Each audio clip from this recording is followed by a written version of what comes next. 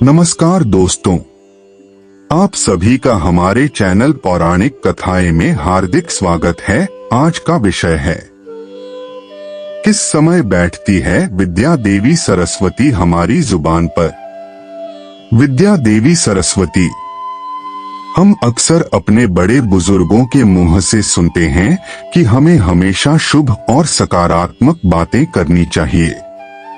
बड़े बुजुर्ग कहते हैं कि किसी भी मनुष्य को अपशब्द और नकारात्मक बातें नहीं करनी चाहिए, क्योंकि क्या पता उस समय उनके मुंह पर मां सरस्वती विराजमान हो और वह नकारात्मक बातें सच हो जाएं।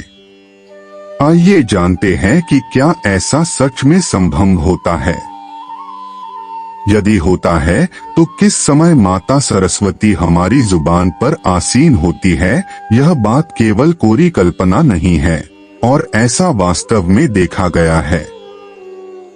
जैसा कि हम सभी जानते हैं, माता सरस्वती बुद्धि, ज्ञान और विवेक की देवी है। वह शब्द की माधुर्य और ज्ञानवती है। वीणा वादिनी सरस्वती ने ही सर्वप्रथम सृष्टि में स्वर भरे हैं।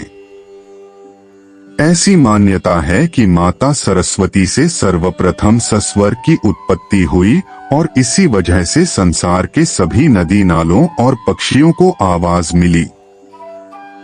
यह भी बेहद लोकप्रिय मान्यता है कि पूरे एक दिन यानी 24 घंटे में एक समय ऐसा आता है जब प्रत्येक मनुष्य के जुबान पर माता सरस्वती स्वयं आसीन होती है।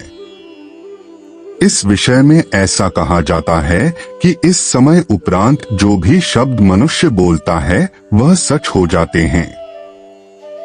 मित्रों, धर्म पुराणों के अनुसार रात्रि के 3:10 से 3:15 के 5 मिनट यह ऐसे होते हैं जो प्रत्येक मनुष्य की जुबान पर माता सरस्वती स्वयं होती है। अब आप सोचेंगे कि इस समय तो कोई जागता ही नहीं है, तो इस बात का क्या आशय हुआ। लेकिन ऐसा नहीं है। यह वह चरम सीमा समय है जब हमें किसी भी परिस्थिति में किसी प्रकार के अपशब्द या नकारात्मक बातों का वर्णन नहीं करना है।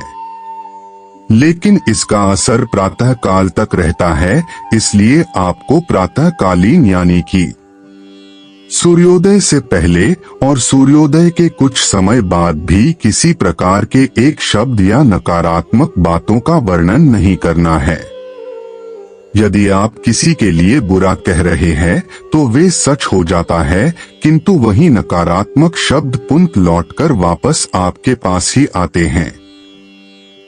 यदि आप इस समय के उपरांत बिना कुछ इच्छा के मां सरस्वती का स्मरण कर ले तो मां सरस्वती अत्यधिक प्रसन्न होकर आपको शुभ कार्यों के लिए आशीर्वाद देकर जाती है।